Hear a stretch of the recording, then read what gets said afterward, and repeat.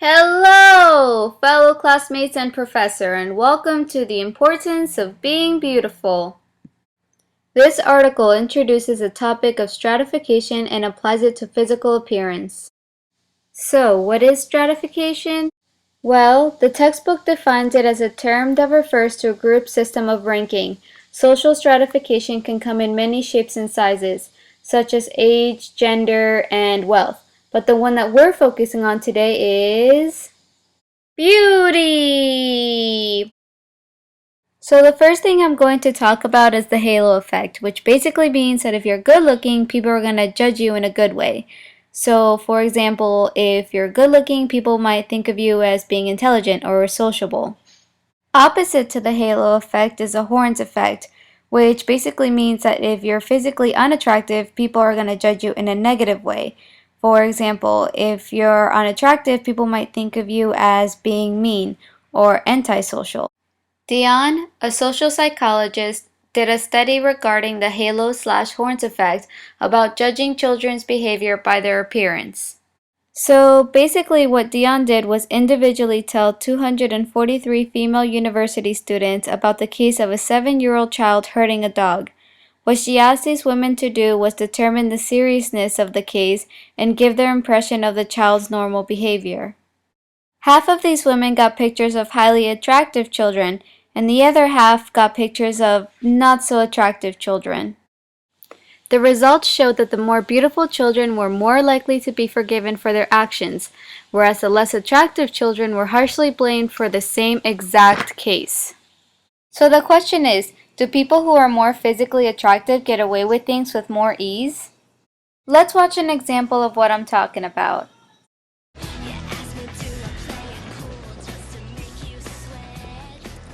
That's really good. How much do I owe you? It's okay. It's on the house. Really? Thanks.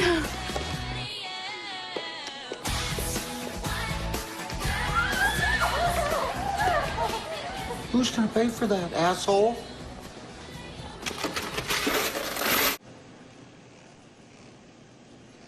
Yeah, she is.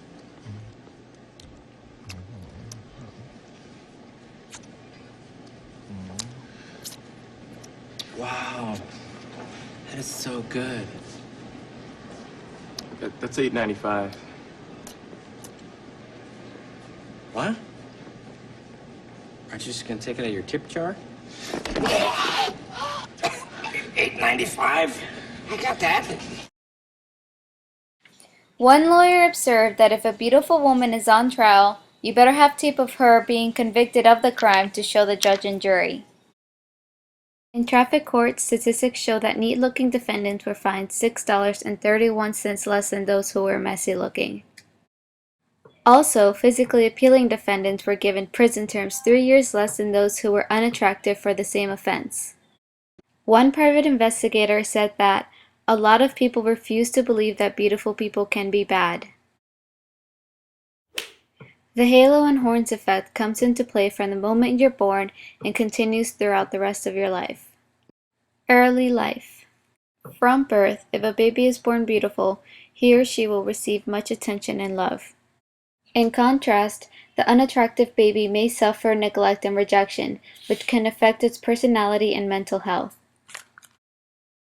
When a child is unappealing because he's born with a visible defect, parents are sometimes reluctant to touch, fondle, or give the child normal affection.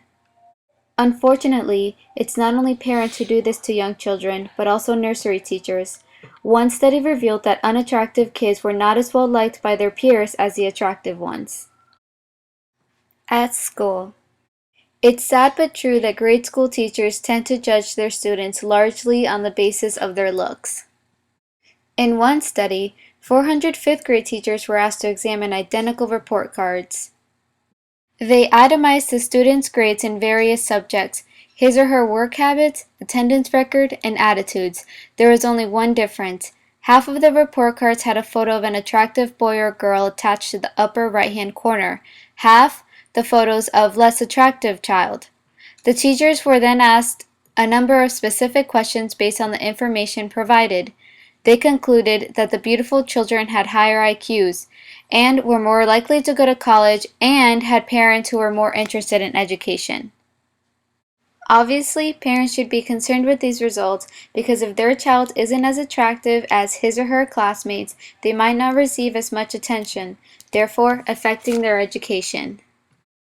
The college years. Attractive people do even better in college than they do in grade school. In one test, 60 male undergraduates were asked to each grade a 700-word essay. Half of the essays were greatly written, the other half weren't so good. Each paper had attached to it a picture of the alleged author. One-third of the papers had a picture of a young woman with striking beauty, another third were submitted with a picture of an unappealing woman, and the rest of the papers had no photograph.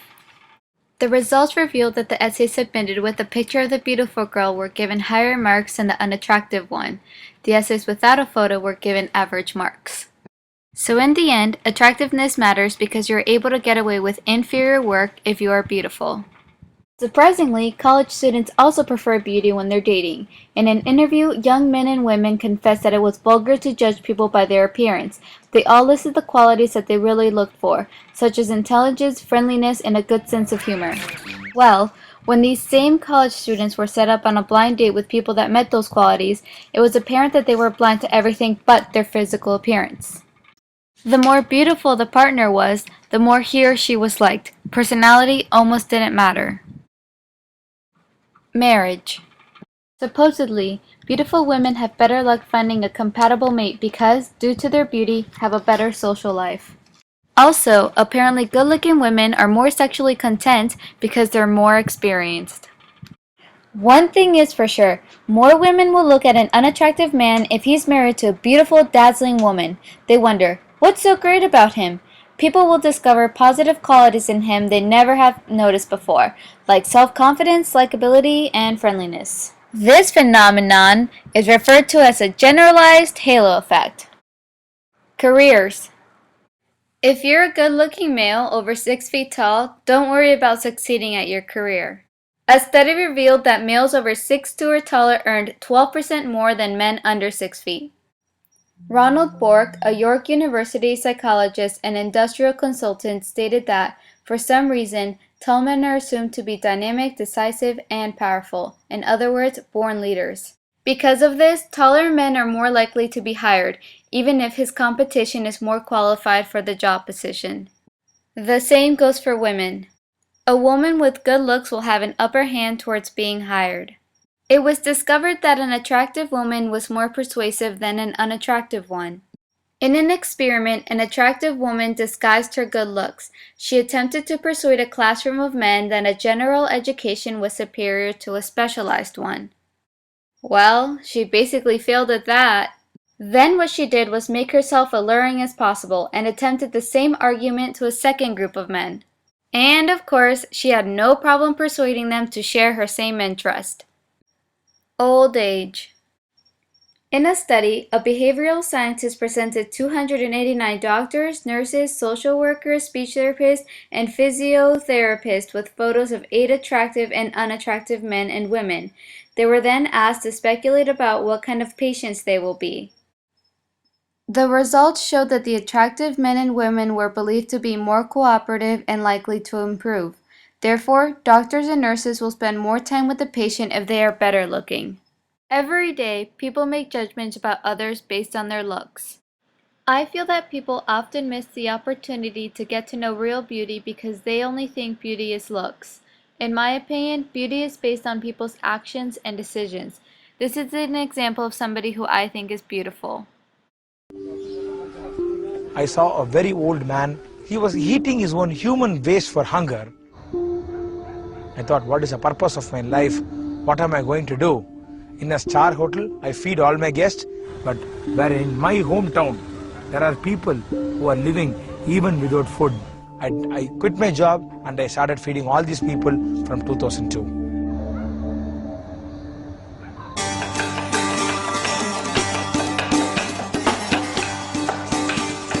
Today morning we made ven pongal and sambar.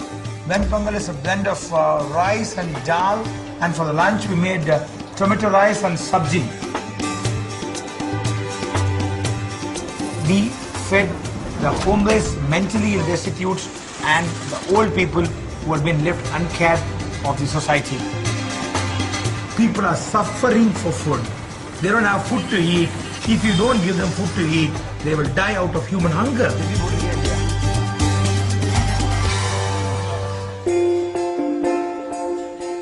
I cut their hair, I give them a shave, I give them bath.